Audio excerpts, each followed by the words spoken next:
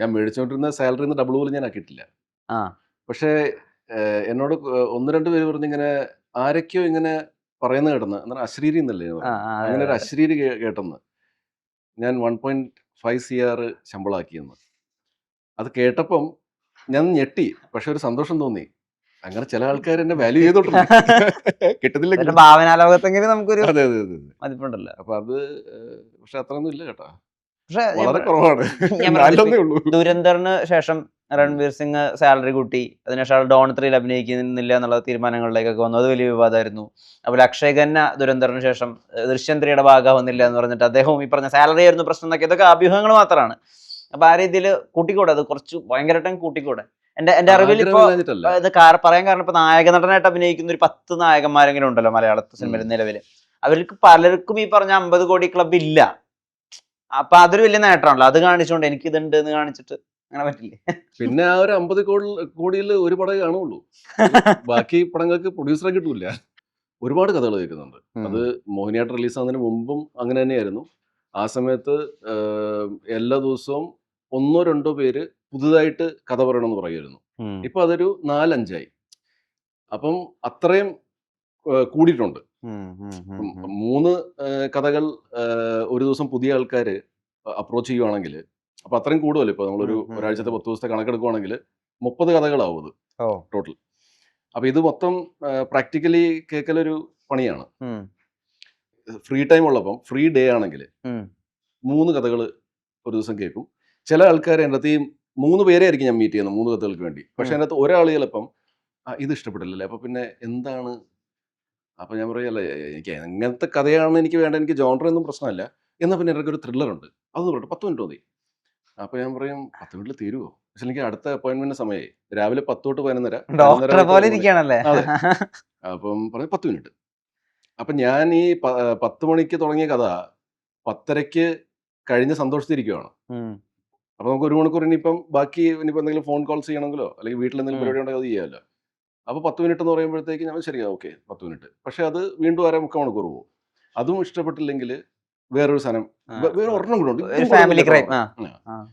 അപ്പോൾ ഇത് 3 ഇഷ്ടപ്പെടില്ല. ഓക്കെ, പക്ഷെ 3 കഥ ഞാൻ കേട്ട് കഴിഞ്ഞു. ഇനി 2 കഥ ഇനിയും ബാക്കി. അങ്ങനെ ഒരു ഞാൻ പ്രേം പാറ്റയുടെ ഷൂട്ട് കഴിഞ്ഞ് വന്നിട്ട്, അതായത് മോഹിനിയാട്ടം റിലീസ് ചെയ്തതിന് ശേഷം പ്രേം പാറ്റയുടെ ഷൂട്ട് പിന്നെ ഞാൻ കണ്ടിന്യൂ ചെയ്തു. അതിനുശേഷം എനിക്കൊരു 6 ദിവസം കിട്ടുവാണ്. ഈ 6 ദിവസത്തിൽ ഞാൻ 19 കഥകൾ കേട്ടു. രണ്ടാമത്തെ ദിവസം 6 കഥ കഴിഞ്ഞിട്ട് 3ാമത്തെ ദിവസം 7ാമത്തെ കഥയിലേക്ക് ഞാൻ കടക്കുമ്പം എനിക്കൊന്നും മനസ്സിലാകുന്നില്ല. ഞാനിപ്പം കഥ പറയണ സമയത്ത് മൈൻഡ് ഭയങ്കരമായിട്ട് ഡൈവേർട്ട്, അല്ലെങ്കിൽ ഇടയ്ക്കൊക്കെ ഡൈവേർട്ട് ആവുള്ളൂ. ഇത് ഭയങ്കരമായിട്ട് ഡൈവേർട്ട് ആയിക്കൊണ്ടിരിക്കും. ഞാൻ 1 മിനിറ്റ്. എന്നിട്ട് ഞാൻ എൻ്റെ മെമ്മറി ടെസ്റ്റ് ചെയ്യാൻ വേണ്ടിയിട്ട് മിനിഞ്ഞാന്ന് ഞാൻ ഏറ്റവും ആദ്യം കേട്ട കഥ, ആ കഥ പറഞ്ഞ ഡയറക്ടറുടെ പേരെന്തായിരുന്നു? പുതിയ ആളാണ്. എനിക്ക് ഓർമ്മ കിട്ടുന്നില്ല. 2 പേര് ഒരേപോലെ പറഞ്ഞു, ഒരു കഥ നല്ലതാണെന്ന് കേക്ക്. അപ്പോൾ ഒന്ന് പ്രൊഡ്യൂസറാണ് പറയണത്, ഈ പടം ഞാൻ പ്രൊഡ്യൂസ് ചെയ്യാൻ ആഗ്രഹിക്കുന്നത്, കേട്ട് നോക്ക് നല്ല രസമുള്ളതാണ്. ഒന്ന് ഈ കഥ പറ്റി തന്നെ ഒരു മ്യൂസിക് ഡയറക്ടറും കൂടെ പറയുന്നു, എനിക്ക് വളരെ പരിചയമുള്ള ഒരാൾ. അപ്പം ഞാൻ ഇതെന്തായാലും അപ്പം ഓൾറെഡി ഫിൽറ്റേർഡ് ആണ്. ഇത് നല്ലതെന്ന് 2 പേര് പറഞ്ഞു, എനിക്ക് പരിചയമുള്ള. അപ്പം ഇത് കേട്ട് നോക്കാം. അപ്പോൾ ഡാർക്ക് ഹ്യൂമറാന്ന് പറഞ്ഞു. എനിക്ക് ഡാർക്ക് ഹ്യൂമർ ഫീൽ ചെയ്തില്ല കഥ കേട്ടപ്പം. എനിക്ക് വളരെ ഒരു സീരിയസ് മൂവി ആയിട്ടാണ് ഫീൽ ചെയ്തത്. പക്ഷേ എൻ്റെ പ്രശ്നം വെച്ചാൽ അത് എൻ്റെ കുഴപ്പമാണെന്ന് വെച്ചാൽ, ഇത്രയും കഥ കേട്ടിട്ട് എൻ്റെ സെൻസിബിലിറ്റിക്ക് പ്രശ്നമായോ?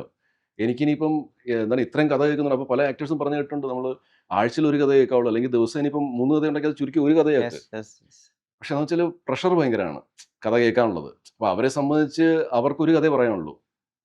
എൻ്റെ പ്രശ്നം വെച്ചാൽ എനിക്ക് 3 കഥ ഒരു ദിവസം കേൾക്കണം. അപ്പോൾ ഞാൻ അവരോട് പറയുന്നുണ്ട്, എനിക്കിത് ചിലപ്പം മനസ്സിലാവില്ല, നല്ല കഥയാണെങ്കിൽ ചിലപ്പം എനിക്ക് ജഡ്ജ്മെൻറ്റ് കിട്ടൂല. അപ്പം ഇല്ല കേട്ടോ, ഒരു 10 മിനിറ്റ് ഒന്ന് കേട്ട് നോക്ക്. ഇങ്ങനെ പറയുമ്പോൾ പിന്നെ നമ്മൾ സ്വാഭാവികമായിട്ട് നമ്മൾ കേൾക്കുമല്ലോ. സോ അതാണ് ഇപ്പോഴത്തെ ഒരു സിനാരിയോ. സ്റ്റാർ ആവുക എളുപ്പമല്ല.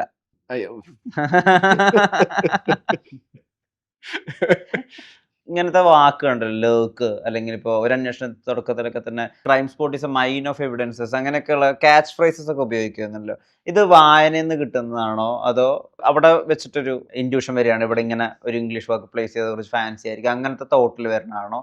എനിക്കറിയാൻ ആഗ്രഹമുണ്ട്. ഡയലോഗ്സ് അതുപോലെ തന്നെ ടൈറ്റിൽസ്, കിണർ എന്ന് പറഞ്ഞൊരു ടൈറ്റിൽ വരുന്നു, അല്ലെങ്കിൽ വൈര്യം എന്ന് പറഞ്ഞൊരു ടൈറ്റിൽ വരുന്നു. ഇതൊന്നും അങ്ങനെ യൂസ് ചെയ്യാത്തൊരു വാക്കുകളും കൂടിയാണ് ടൈറ്റിൽസ്. ഇതിന്റെ വലിയൊരു ക്രൈറ്റീരിയ എന്താ ടൈറ്റിൽ ചൂസിങ്ങിന്റെ? അല്ല, തീർച്ചയായിട്ടും ഞാനൊരു സിനിമ അല്ലെങ്കിൽ ഒരു സബ്ജക്റ്റ് പിന്നെ തയ്യാറാക്കുമ്പോൾ തന്നെ, അല്ലെങ്കിൽ എൻ്റെ മനസ്സിലേക്കൊരു ത്രെഡ് വന്നാൽ ഞാൻ എഴുതുന്ന കഥകൾക്ക് സ്വാഭാവികമായിട്ടും അതിൻ്റെ ടൈറ്റിൽ തന്നെയാണ് ആദ്യം വരുന്നത്. അപ്പോൾ ലേക്ക് എന്ന് പറഞ്ഞപ്പോൾ ഇപ്പം അന്വേഷണത്തുറക്കമാണെങ്കിലും ഇപ്പോൾ ലേക്കാണെങ്കിലും ലേക്കിൻ്റെ ഉള്ള ഏറ്റവും വലിയ പ്രത്യേകത എന്ന് പറഞ്ഞു കഴിഞ്ഞാൽ ലേക്കിംഗ് എന്ന് പറഞ്ഞാൽ പതിയിരിക്കുക എന്നർത്ഥം. അപ്പോൾ നമ്മൾ ഇപ്പോഴത്തെ ഓഡിയൻസ് എന്ന് പറഞ്ഞാൽ ന്യൂജൻ പിള്ളേർ ഉൾപ്പെടെ ഏറ്റവും കൂടുതൽ സിനിമാ ഗോവേഴ്സ് എന്ന് പറഞ്ഞാൽ ജെൻസി കിഡ്സാണ്. അവരെപ്പോഴും ക്യാച്ചി ആയിട്ടുള്ള ടൈറ്റിൽ എന്താണെന്ന് അറിയാനൊരു ത്വര അവർക്കുണ്ട്. ഇപ്പോൾ ഗൂഗിൾ അടിച്ചു നോക്കിയാലും അതിൻ്റെ മീനിങ് എന്താണെന്ന് അറിയാം. ഞാൻ പേർപ്പസ്ഫുള്ളി ലേക്കുന്നിട്ട് ലേക്ക് എന്ന് പറഞ്ഞാൽ ഈ സിനിമയിൽ ഏറ്റവും കൂടുതൽ ആ പിന്നെ സിനിമയുടെ കഥയും അല്ലെങ്കിൽ അതിൻ്റെ രീതികളും അല്ലെങ്കിൽ സിനിമ എന്താണോ പറയാൻ ഉദ്ദേശിക്കുന്നത് അതിന് ആപ്റ്റായിട്ടുള്ള ഇതാണ്. വായനകളിലൂടെ തന്നെയാണ് ചുറ്റും നടക്കുന്ന കാര്യങ്ങളെപ്പറ്റി വ്യക്തമായ ധാരണ ഉള്ളത് കൊണ്ടും ആണ് ലേക്ക് എന്നുള്ള പേരുണ്ട്. പതിയിരിക്കുക, ആരാണ് പതിയിരിക്കുക എന്നുള്ളതാണ് ഈ സിനിമ മുന്നോട്ട് കൊണ്ടുവരുന്നത്. അതൊരു മാൻ അനിമൽ കോൺഫ്ലിക്റ്റ് ആണ്, ഏറ്റവും കൂടുതൽ ചർച്ച ചെയ്യപ്പെടേണ്ട ഒരു വിഷയമാണ്. അത് ഇന്നിൻ്റെ രീതിയിൽ കാലാനുസൃതമായ പിന്നെ upgraded and updated version of M A Nisha cinema എന്ന് വേണമെങ്കിൽ പറയാം. അത് എൻ്റെ ഇതായിട്ട് പറയുന്നതല്ല. സാധാരണഗതിയിൽ ഈ സോഷ്യലി കമ്മിറ്റഡ് മൂവീസ് വരുമ്പോഴത്തേക്കിന് അതിനൊരു ആ ഓണറിനൊരു പ്രത്യേക രീതിയുണ്ട്, അതിൻ്റെ മേക്കിങ്ങിലൊരിതുണ്ട്. പ്രശ്നം ഈ ഒപ്പമുള്ള കുറെ സമകാലീനർ അല്ലെങ്കിൽ അവരൊക്കെ ഈ സ്റ്റാർസ് അല്ലെങ്കിൽ റേഞ്ച് മാറുന്നതൊക്കെ കാണുമല്ലോ. ഇതിനെ ഉൾക്കൊള്ളുന്ന മാനസികാവസ്ഥ സത്യസന്ധമായിട്ടൊന്ന് വിവരിച്ചാൽ എനിക്ക് അറിയണമെന്ന് ആഗ്രഹമുണ്ട്. ഇപ്പോൾ ഉദാഹരണത്തിന് ജോജു അടുത്ത സുഹൃത്താണ്, പക്ഷെ ഇന്ന് അദ്ദേഹം ഒരു മോഹൻലാലിന് വേണ്ടിയോ അല്ലെങ്കിൽ സുരേഷ് ഗോപിക്ക് വേണ്ടിയോ ഒക്കെ ആലോചിക്കുന്ന കഥകളിൽ അദ്ദേഹത്തെ കൂടി പ്ലേസ് ചെയ്യുന്ന റേഞ്ചിലേക്ക് അദ്ദേഹം എത്തിയിരിക്കുന്നു. മലയാളത്തിൽ മാത്രമല്ല തമിഴിലും. സൈജു ഗ്രൂപ്പ് സമാനമായ രീതിയിൽ തുടങ്ങിയവരാണ്. ജോജുവായിട്ടുള്ള ഒരു കമ്പാരിസൺ ഉണ്ട്, ഞാൻ കോൺടെക്സ്റ്റ് പ്ലേസ് ചെയ്യാൻ വേണ്ടി മാത്രമാണ്. ഈ നായക നടനായിട്ടുള്ള ഒരു പ്രൊമോഷൻ ഉണ്ടല്ലോ,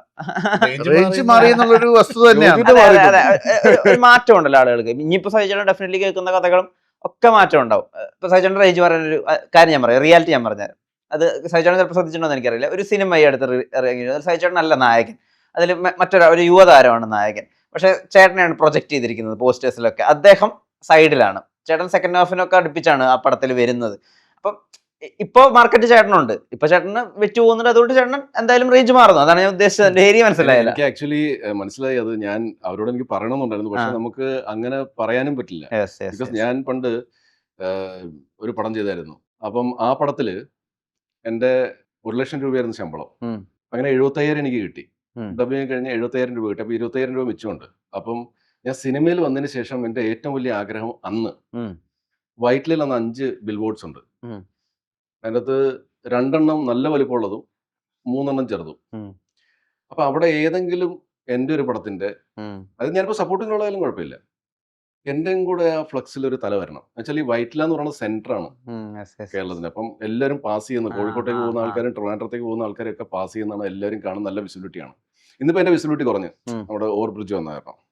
അപ്പോൾ അന്നത്തെ വൻ സംഭവമാണ്. അപ്പോൾ ഞാൻ വൺ ഓഫ് ദ പ്രൊഡ്യൂസർ, 7 പേരാണ് പ്രൊഡ്യൂസേഴ്സ്. അപ്പോൾ എൻ്റെ അടുത്ത് എക്സിക്യൂട്ടീവ് പ്രൊഡ്യൂസർ അദ്ദേഹത്തിന് വിളിച്ച് ഞാൻ പറഞ്ഞ്, ചേട്ടാ എനിക്ക് 25,000 ബാക്കി എനിക്ക് തരണ്ട, പക്ഷേ വൈറ്റിലിൽ ബിൽ ബോർഡിൽ